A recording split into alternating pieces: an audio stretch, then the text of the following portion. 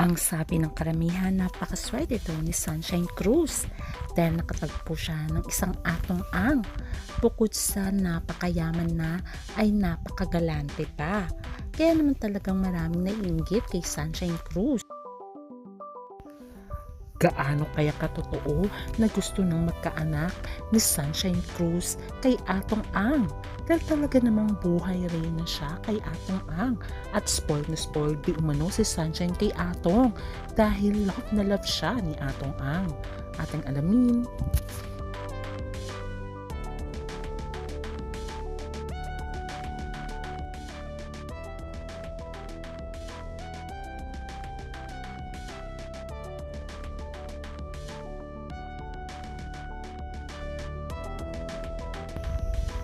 Marami talaga ang nagsasabi na napakaganda ni Sunshine Cruz sa personal at napakabait nito.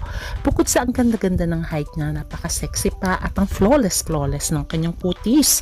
Kaya naman siguro maraming nagmamahal sa kanya at nagkaka-crush. At inamin nga ni Sunshine before na marami talaga siyang binasted ng mga artista nung siya ay kabataan pa. Pero sa dami ng nanliligaw kay Sunshine Cruz, ang pinakalaki ay walang iba kundi si Cesar Montano na pinakasalan niya agad si Sunshine Cruz at nagkaroon sila ng 3 anak na babae.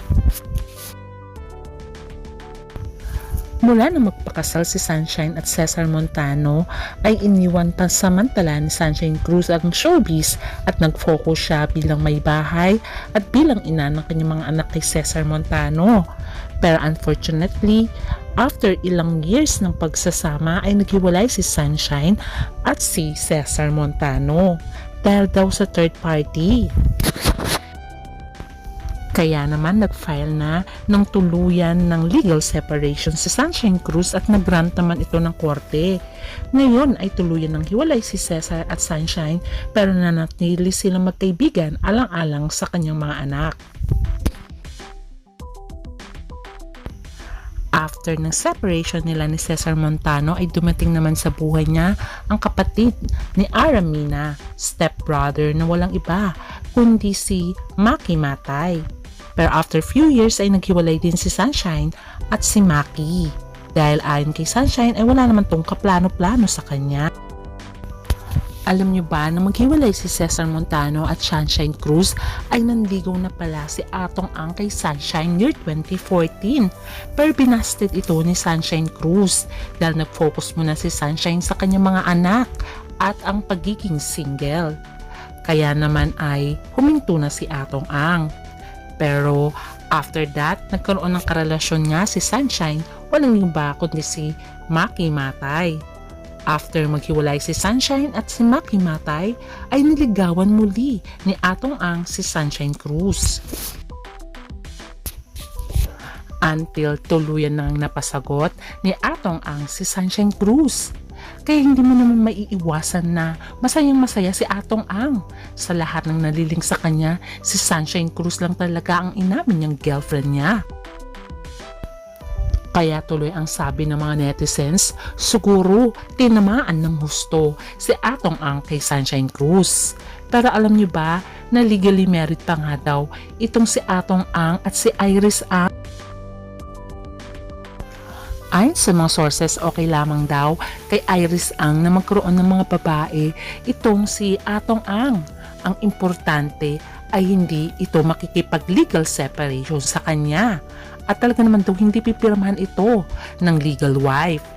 Kaya ang sabi nila, paano na si Sunshine kung hindi siya mapapakasalan ni Atong Ang? Ayon sa mga insiders ay okay lang naman daw na hindi pa kasalan ni Atong Ang si Sunshine Cruz dahil buhay rin na naman daw itong si Sunshine at talaga naman very spoiled ito kay Atong Ang. Although hindi naman hinihingi ni Sunshine Cruz yun, si Atong lang talaga ang nagbibigay sa kanya ng mga luxury kaya naman ay talagang mapapasana all ka na lang.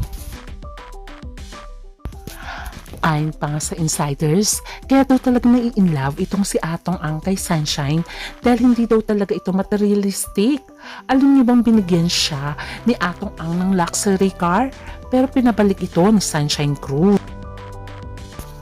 Nagbiro pa nga ang ex-husband nga ni Sunshine Cruz na sana sa kanya na lang daw binigay.